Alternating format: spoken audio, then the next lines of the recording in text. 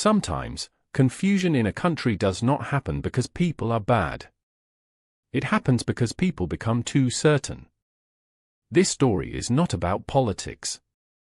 It is about something much deeper, how an ordinary citizen slowly learns where truth lives when everyone around him is shouting.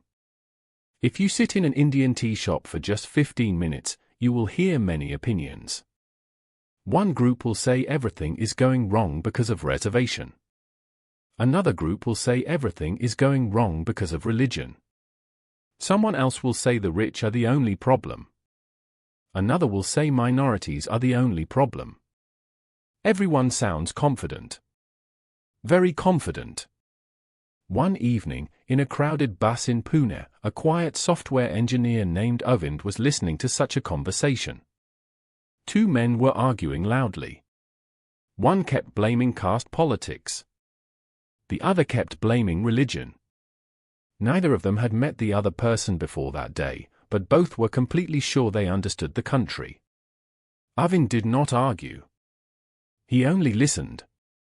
And for the first time, he felt something strange. Not anger. Not agreement. Only confusion. If every group thinks only it is right, he thought, then where is the truth hiding?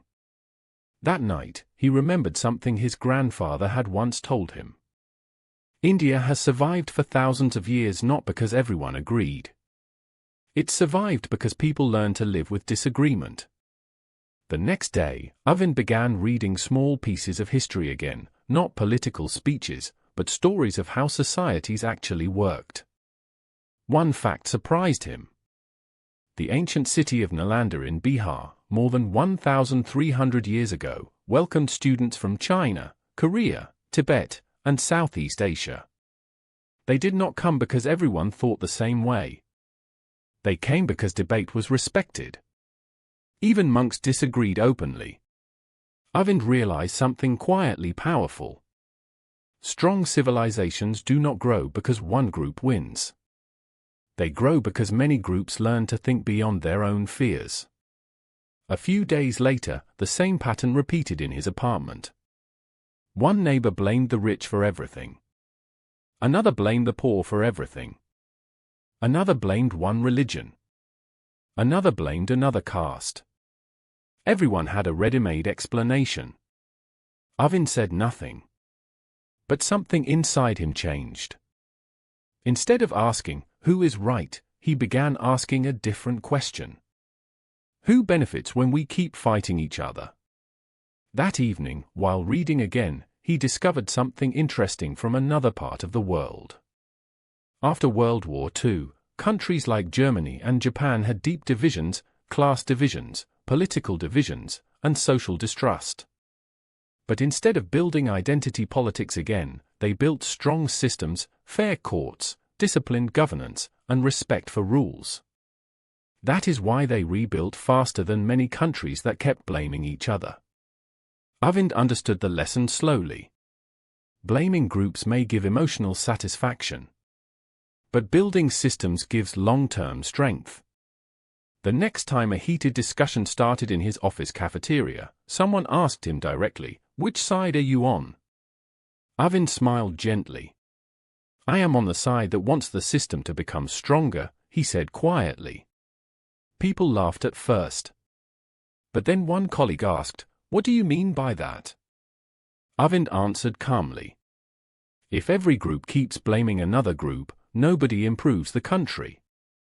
But if citizens become fair, informed, and responsible, then even a weak system becomes strong." The table became silent for a moment. Not because he shouted. Because he spoke without anger. Over the next few months, something unusual happened. Whenever arguments became emotional, people started turning towards Arvind. Not because he was powerful. Not because he was political. But because he was balanced. He never spoke like a group leader. He spoke like a responsible citizen. And slowly, respect followed him, not loudly, but naturally. One evening, sitting on his balcony and watching the city lights, Arvind finally understood what had been troubling him for so long. India is not a single story. It is a tapestry. Thousands of languages. Hundreds of traditions. Different histories. Different struggles. If a citizen understands only his own group, he understands very little of India. But if he learns to think beyond groups, he understands something much bigger, the country itself. And that night, one clear thought stayed with him. Nations do not become strong when groups defeat each other. They become strong when citizens become wiser than the divisions around them. This story reminds us that when people blindly follow group narratives, whether based on caste, religion, class, or ideology, the system becomes weaker. History from India and the world shows that strong societies are built not by emotional group loyalty but by responsible citizens who think fairly, respect institutions, and look beyond propaganda.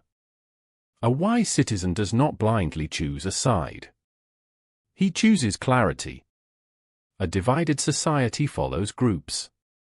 A wise society follows truth.